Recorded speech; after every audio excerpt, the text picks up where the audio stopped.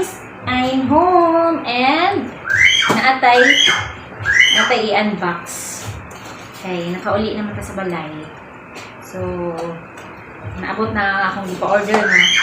Ipa-order na ako sa akong hubby. Sugdan na nato ang atong unboxing episode. So, this is my, I don't know, ilang naka-unboxing episode. So, without further ado, let's open. B! Gunting, please! So, I'm kinda excited to use this thing. So, I've been longing for this item. And finally, I have this already. Let's remove the bubble wrap. So, napa mo yung idea o unsa ni siya?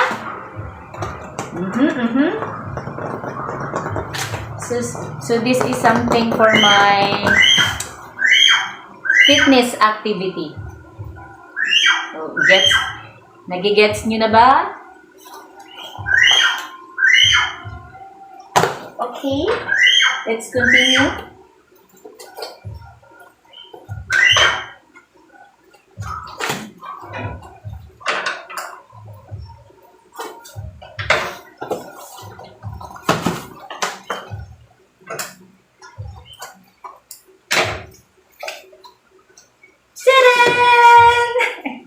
It's a yoga mat! It's a yoga mat from Lotus! This is a high quality yoga mat, guys, from Lotus. So, original din siya, guys. Pili na ko ang original, ang mahal nun kay para. Iyata makilig-ilis o yoga mat. OMG! Mapil ang sounds sa pagprito sa isda. So again, this is Anya Yoga Mat, Pro Yoga Mat from Lotus Activewear.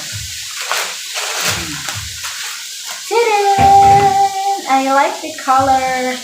So ang akong preferred din na color, first na ko nga choice na color is itong charcoal gray. But unavailable naman siya, so i-switch ko sa gali ni B, light gray. So I chose another color and it's a light gray. Para dili kayo siya klaro ang kulay, guys.